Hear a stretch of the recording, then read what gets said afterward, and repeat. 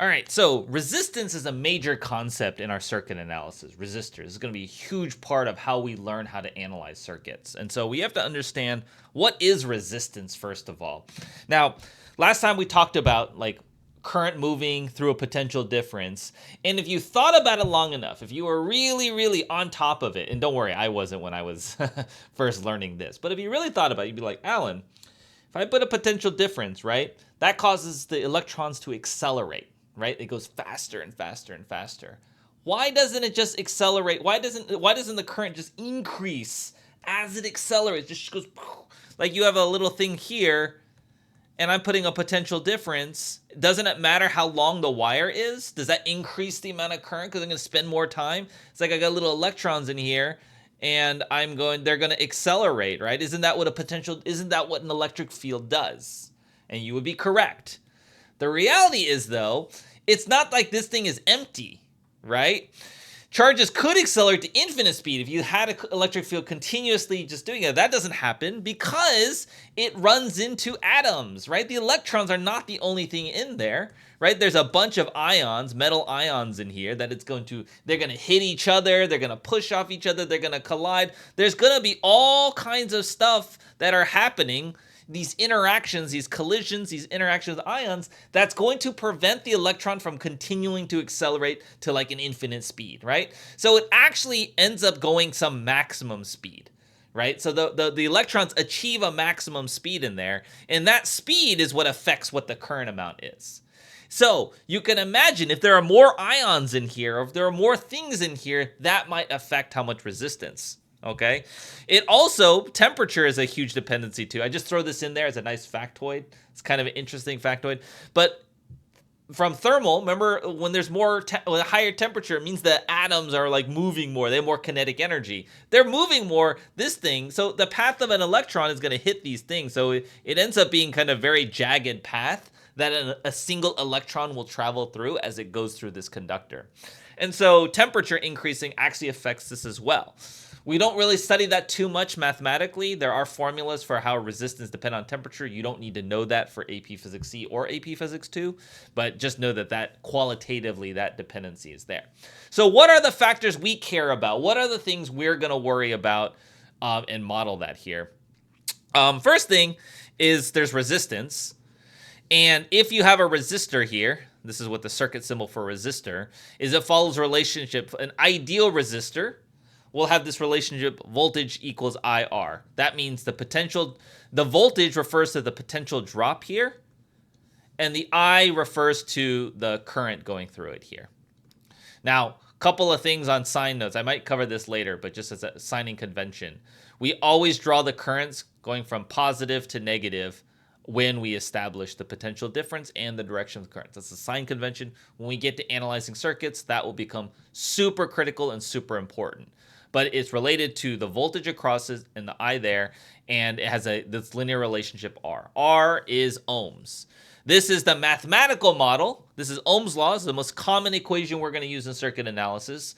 This equation really explains how the potential difference affects the amount of current in there, and it has a linear relationship. Not everything follows Ohm's law, okay? So, like, there are things out there that are not ohmic. They don't follow Ohm's law. But in this class, we're primarily going to treat with things that do follow Ohm's law. Now, what affects this R? So the units of resistance is ohms, volts per amp. If you see R is equal to V over I, remember the V is in volts, I is in amps, right? So this is units of ohms. Ohms is volts per amp, but we just call it ohms. Now, what affects the resistance? What factors are important for the resistance? Is we look at this equation, okay?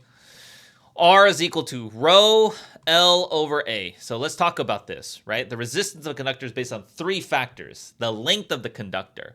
The longer you go, the more resistance, the more interference you're going to have, the more things that the electron's going to have to run into, okay? Rho is the resistivity of the conductor. This is the property. This is where we're talking about how dense are the ions there? What are the metal ions? How strong are those ions? Like those kinds of things will affect it. So it's what the conductor is made of. This is what it's made of. And then these two are geometric parameters. This is how long the wire is, and then this is the cross-sectional area.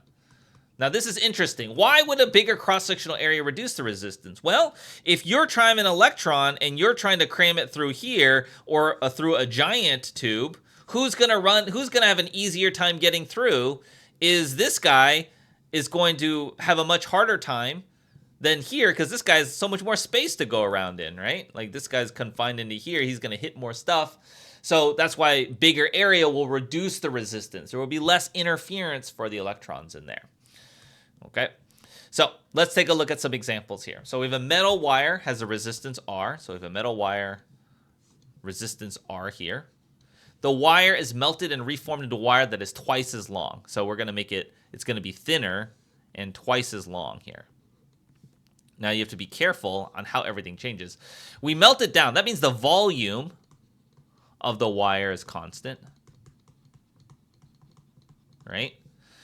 That when we melt it down, right? So we know R is equal to, let's call this length L, and call this cross-sectional area A. Then we know this resistance is going to be rho L over A. Now this other wire is twice as long, right?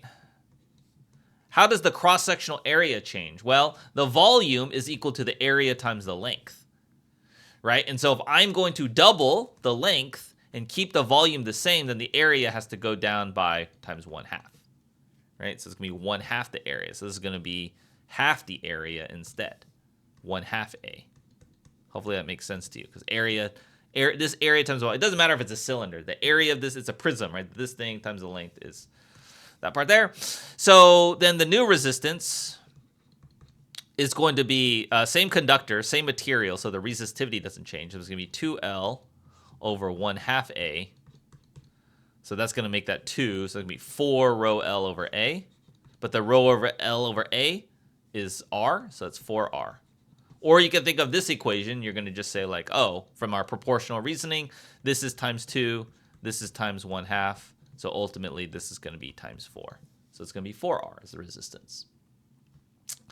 Okay, we have a 10 ohm is constructed using a wire of diameter. Oh, this is the units of ohm. This is ohm here. We use a Greek letter omega. Capital omega, by the way. It's constructed using a wire of diameter there and a resistivity there. What is the length of the wire? So R equals rho L over A. We would like to find L. So L is going to be A times R divided by rho. What is the area? Well, we have the diameter, but it's a circle. So it's pi times R squared, which is 1 times 10 to the negative 2. Convert it to meters, right? Always want to use the SI units. Divided by 2 squared. That's pi R squared, the area of the circle, times the resistance, which is 10, divided by the resistivity, 2 times 10 to the negative 8. And that will give us the length in meters, by the way, right? Because we converted everything to SI units. Times 10 divided by 2e negative 8, I get, let's see here. Oh, very long. 39,300 meters. Okay, that's pretty long because the resistivity is so low.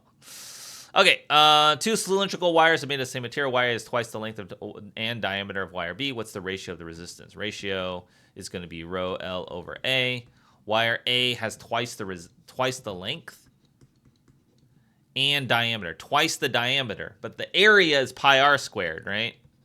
So the area is going to be 4 times as much. If I double the diameter, then I double the radius. If I double the radius, then this is going to be times 4. So times 4 here, which means the resistance is going to be times 2 over 4, times 1/2. So it's going to be 1/2 as much. And you could do formulas if you want, but that's kind of the idea. From B to A, you're going to double, like this is a resistance of B, for example. You're going to double the length, 4 times the area, so overall the resistance will be 1/2.